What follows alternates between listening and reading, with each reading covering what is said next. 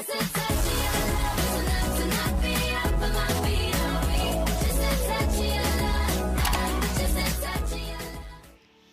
everyone! It's me again, Cassie, and for today's vlog, magbuhat ko og Hello Kitty keychain para sa tong birthdays and baptismal souvenirs. So first na kailangan na to is ato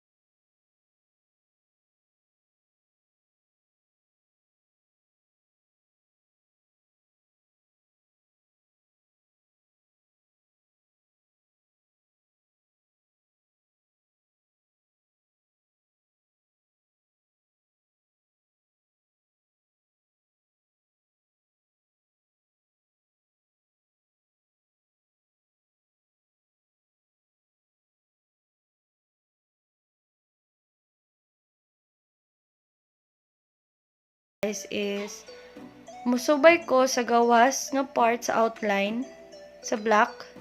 Then dili lang sa nako apilon yang vibrancy o kana iyahang bungot. Kay okay lang man na siya, dali lang na siya guys. So cut lang na to ha. Careful jud ta perminti guys kung magkatagunting para iwas ta sa disgrasya. The next is ikat na to ang bow.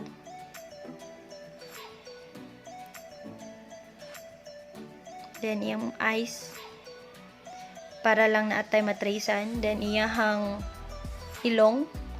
Then magkatag isa ka vibrancy or isa ka bungot niya. The next is magkat na pud ta sa next template sulod sa outline. Kibalik kuhaon na to na yung outline na black. Kana to i-remove. Then napatay na bilin nga isa ka Hello Kitty. Kuhaon na to ang iyang mata. Cut out lang iyang mata. Og ang iyahang ilong. So, ingay na siya.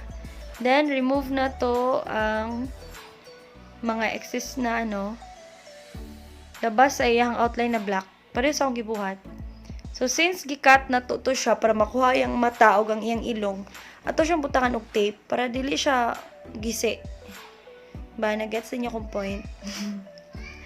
So, ana lang siya.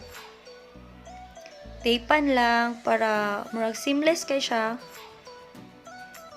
Dili ta maglisod unya pag trace dito sa cardboard. Kibali mo na ni siya tong template guys, pero since nagan akong buhaton, kailangan ako siya i-trace sa cardboard kay para dili siya dali mo maghisi, di ba? Fragile ra kaayo gyud ang papel. So kani siya ikat na nato na. Wato i-apil tong isa. Kay kung ma-apil ang isa guys, mura siya pang lalaki. So kini lang ato kailangan gi-apas na ko na template. Kana siya and kana isa. So next, ikat na to tong cardboard. I-trace na to tanang templates. Kana siya, designated na siya para sa black nga foam sheet. Then kana is white. Then the bow is for fuchsia pink, black sa eyes, then yellow gold sa nose.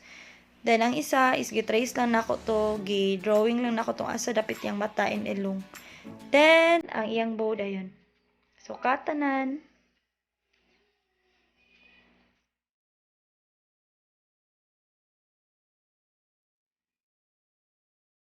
Again, careful lang ta guys kung magunting ta ha. Ginapas forward lang yun ako guys ang video kay taas magud kay siya.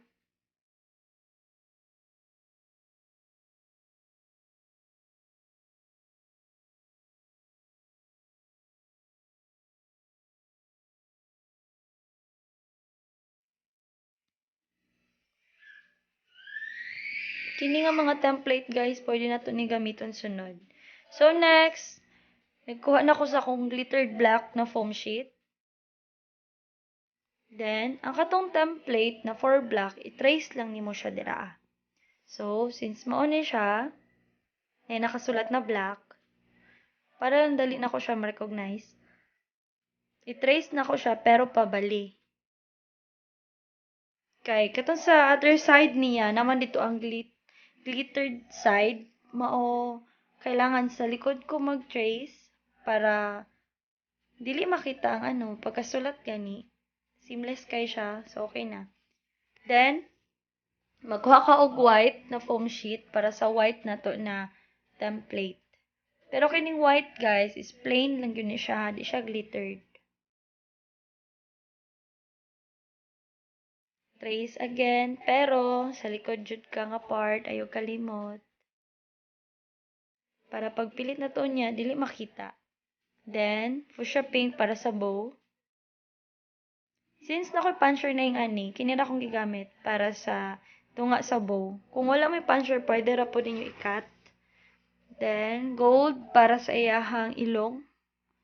Then, nag-trace ko duha ka oblong na shape para sa iyahang eyes. Katong gitrace niya po na to ganina.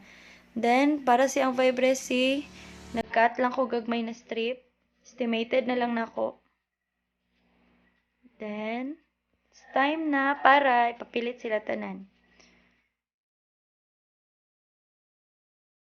So, kining white, sa likod ta nga part magbutang og blue, guys. Diba, makita ninyo kana nga part mo na tong naisulat ka ganina. So, mo na akong gina-point mo. Sa likod jud ta magsulat, pwede siya maklaro pagdikit. So, okay na siya. Kana siya nga template, ginagamit ko na para kabalo ko asa ibutang iyang mata and ilong. Kaya kasagarang Hello Kitty magud guys, kung di mo ma-perfect asa ibutang iyang matag ilong, mura gani maglisod ka og pa-perfect gid siya tan-awon kanang mura siya og buki siya tan-awon, di ba? So nakaisip ko paraan na ana. So in that way makuha jud nako tong perfect na location sa iyang eyes. Then iyang bow, papilit na nato. By the way guys, nagagamit lang kog school glue. Kaya na-find out na ako na mas dali ni siya kesa sa stick glue. Kaya murag seamless kay siya. Then, isa pa pag mauga na siya, di na kay siya, na kay siya kita. Whereas, magamit ko, stick glue, baga kay siya, di ba? By the way guys, nakalimot ko, i-stress sa inyo ganina na kailangan na to ang pliers. So, hinahinay lang og butang sa sa keychain. Kay ang foam sheet guys, dali ra siya magisi or malakrahan if mabanggaan siya og or madiinan siya og mga hard object. So, hinahinay lang until ma-lock na nimo. So, okay na siya. Same ani karon since basa pa ang glue ni sibo gamay ang iyahang vibrancy pero okay lang, arrange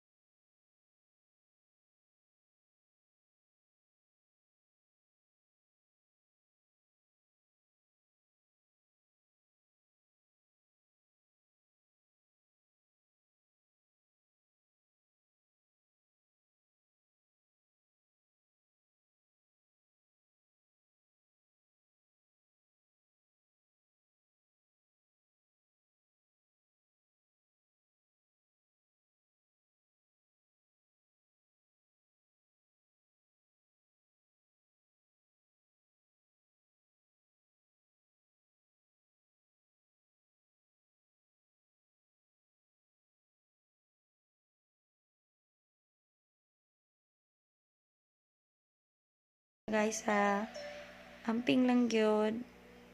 Pag dili man sulod ang ato ang keychain, pwede na to siya gamay, i-adjust.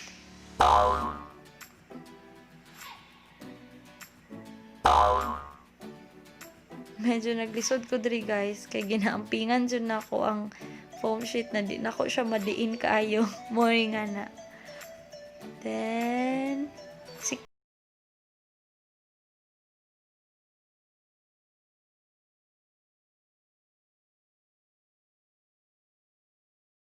ato ang finished product. Since karon uga na ang ato ang bow, tanggalon na to tong staple na gibutang na to. Sa pinaka-last, di ba, na remember ninyo. Para wala gyud siya marka sa gawas. So, okay na siya, di ba? Wala na siya marka sa mga glue, and sa staple.